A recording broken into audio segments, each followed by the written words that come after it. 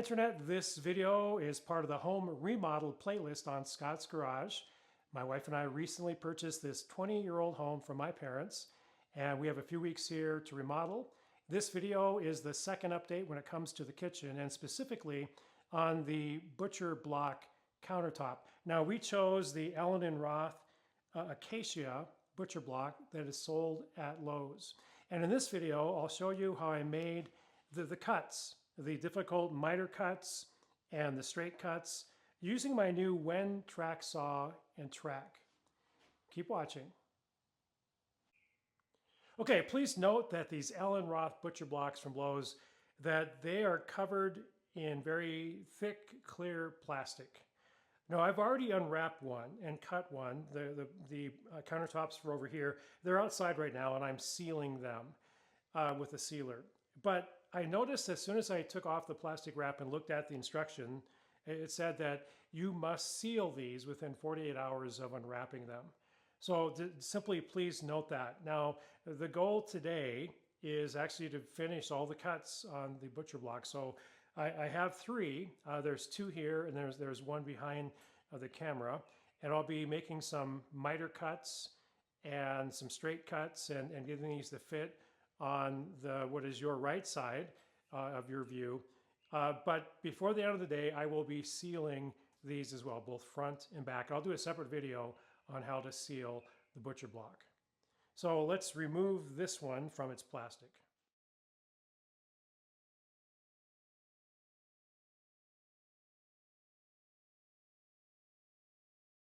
Okay, so the next thing I want you to notice, and I'm going to zoom in here, is that I noticed this on the other one too. Even though it was covered in plastic, there are some places where you can see some marks here, and they're not very deep, but they are there, and they can be sanded out. I did that successfully on the other one. However, what I'm going to do is compare sides. So I'm going to compare this side that has some marks to the other side, and I'm going to pick the side that has the least amount of marks as the top side. So this was the bottom side, now it's top side, and I've gone over it very thoroughly just looking at it, and there are no marks on it. So I'm going to make sure that this is the top side.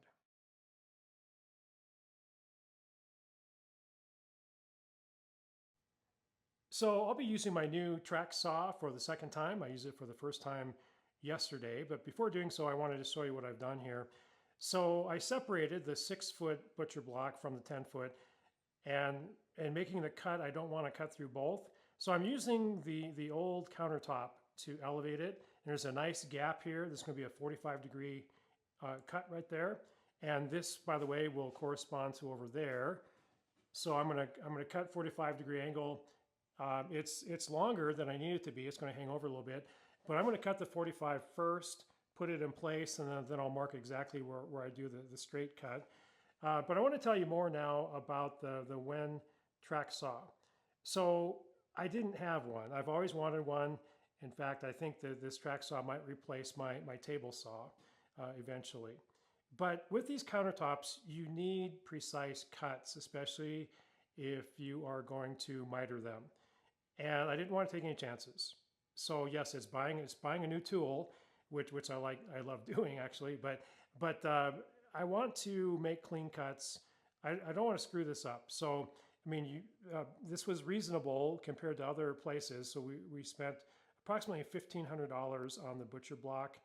And I don't want to make a mistake and have an imperfect cut and mess it up. So I invested $200 on Amazon. And I'll put an affiliate link below for your convenience. If you end up using my link, it costs you the same on Amazon. But eventually Amazon will send me just a very small portion of the sale. Now it came together, so there's the Wen track, and there's actually two of them, but I only need one, and the saw, and I'll show you more about the saw here in a minute. But I also bought this. So this is really a handy device that is made for the track, and I'll put a link for this as well below. And it hooks in below. It's very substantial. And basically you can set the angle. So it goes anywhere from 60 down to 0, 15, 22 and a half, 30, and so forth. And so for the straight cuts, it's 0, but I'll be making 45s. So I will be setting this to the 45 angle and then attaching it to the board across. And I'm gonna mark it, and then I'm gonna put tape on it and mark it again. I just want to make sure that I'm cutting it correctly. Okay, so this was set for some straight cuts yesterday. I'm going to change it to the 45-degree angle. There's two different ways of going about it, but I'm pretty sure this is correct. It's pretty foolproof, so you cannot move this unless you take this pin out that has threads on it. And I'm just going to click it over to the 45, make sure, double check, triple check.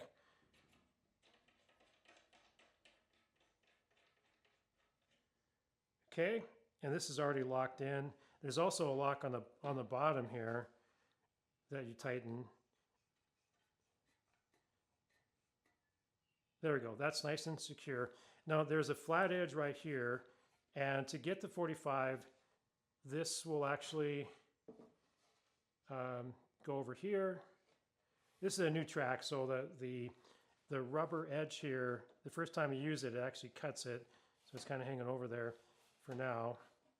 And there we go. So you slide it until it hits the edge. And what I'm going to do is actually put some tape on there. I'm just going to use this as a guide. I'm going to roll some tape out, and then I'm going to mark the tape. So, but again, that is for sure the 45.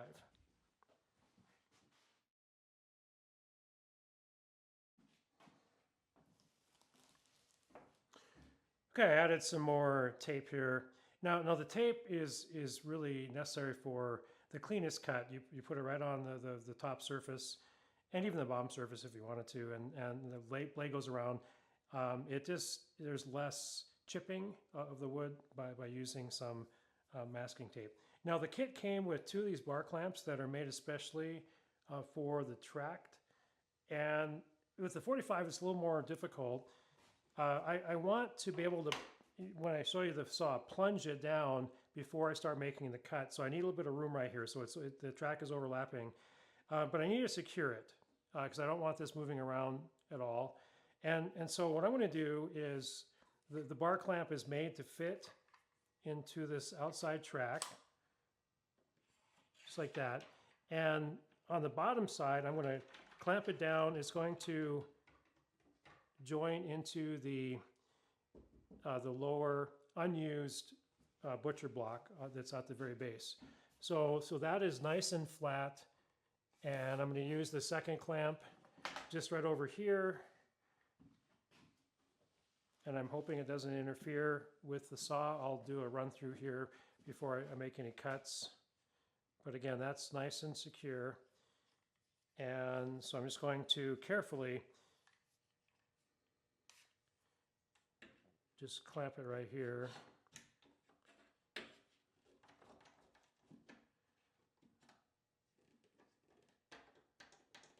Like so.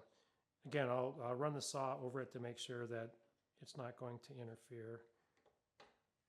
And I'm going to double check the bottom, make sure that it hasn't shifted at all.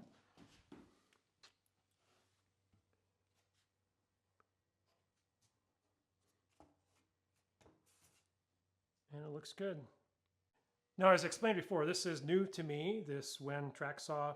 Again, there's a affiliate link below. It came with a 24 tooth wood cutting carbide blade, this one, and it's made by Wen as well. However, I wanted, again, as smooth as cut as possible, so I purchased also on Amazon a 56 tooth carbide blade, and I already changed it. I recommend if you get this saw, simply read through the owner's manual.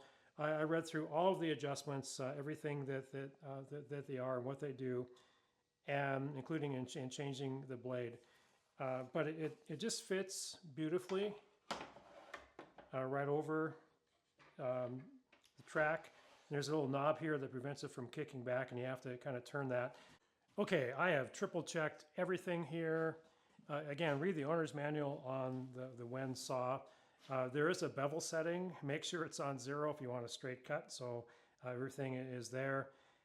Just a couple quick things though, that this lever right here, or knob, you want to lock it. Right now it's not locked, and to lock it you simply pick it up and turn it, and it's now locked in place.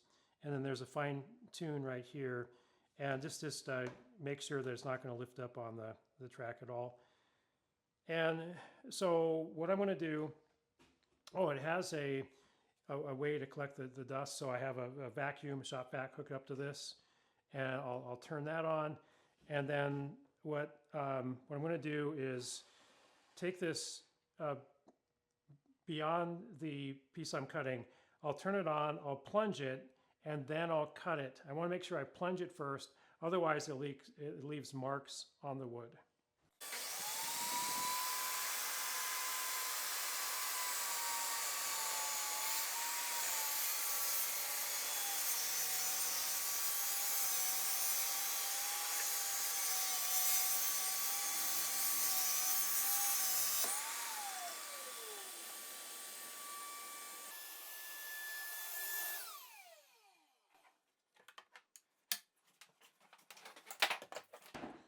Okay, the vacuum hose came off as I was doing it. It didn't tape it well enough. So I'm just going to quickly suck this.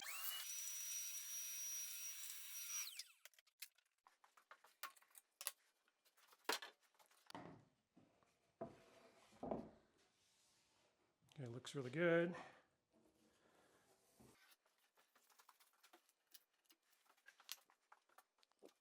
Okay, I'm just going to temporarily set it in place.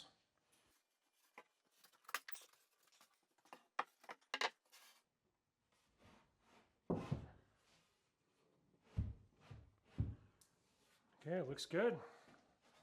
So I unwrapped the 10-footer. I looked at both sides. This happens to be the side that was on the bottom.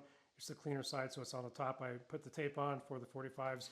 I'll be cutting this, and it's going to fit here, 45 this way. And then the final butcher block is this one, which is 6 foot by 39 inches, and it's going to be right in this area. It's going to be a special connection there.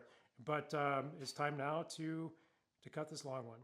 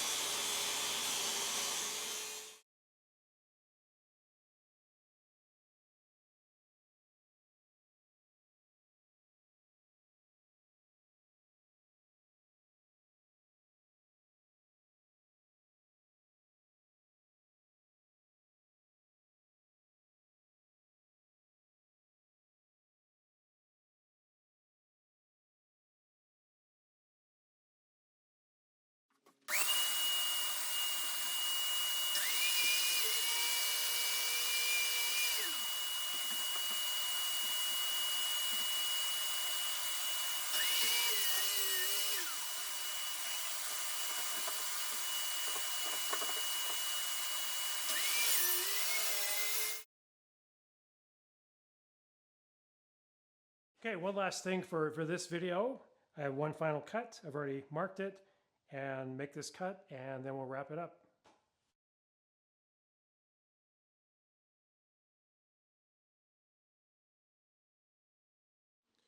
This is it for this video. I made all the cuts and the difficult miter cuts, and I've loosely put it into place.